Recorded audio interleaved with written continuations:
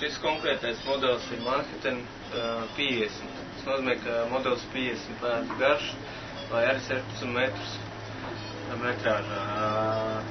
Šim konkrētam modelim ir uzstādīts C12 Caterpillar 2 dzinēji, katrs par 695 zirgspēkiem. Modeļa svars ir 23 tonnas, maksimālais ātrums 28 knoti, braukšanas režīmā 23 knoti. Bāka ir 2,2 tonnas un attālums, ar ko veikt, ir līdz 270 jūras jūdzekļu.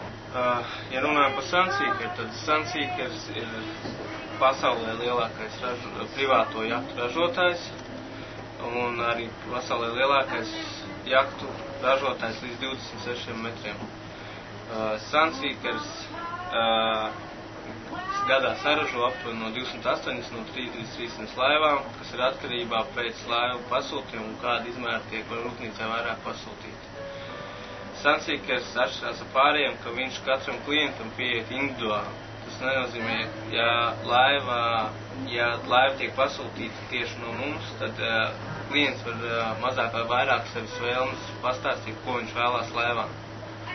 Un ar to viņš mazāk vai vairāk pielāgojas katru klientu interesē.